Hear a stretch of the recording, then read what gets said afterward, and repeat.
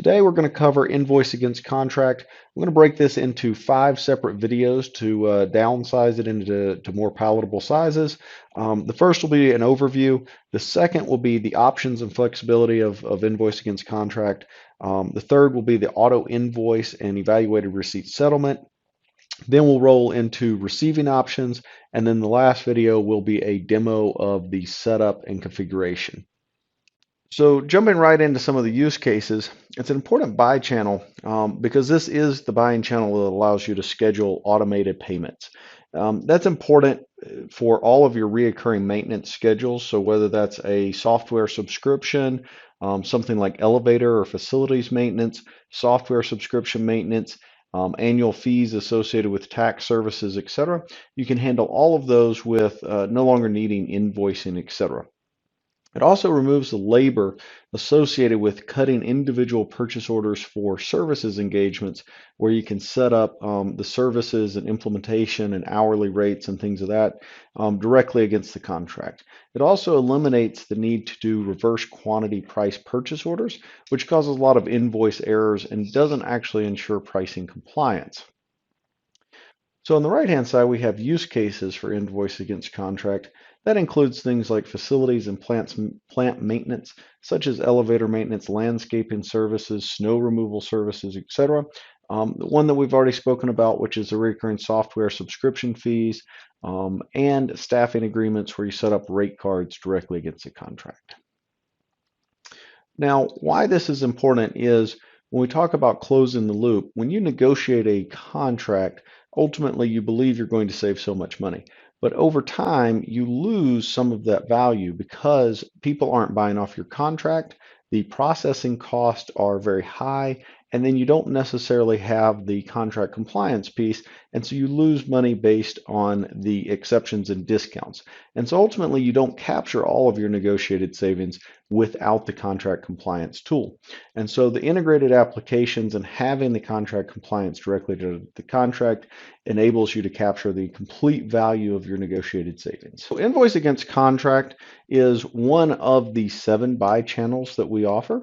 So just so that everyone's aware, there are multiple buying channels. Each has its use and its purpose, as you can see here. I won't review all of these, but it is important to realize depending on your contract and how the service or good will be consumed, which one of these buy channels you should really be choosing and selecting for use. We'll go into that. I have kind of a cheat sheet chart that we'll jump into a little bit later on for that.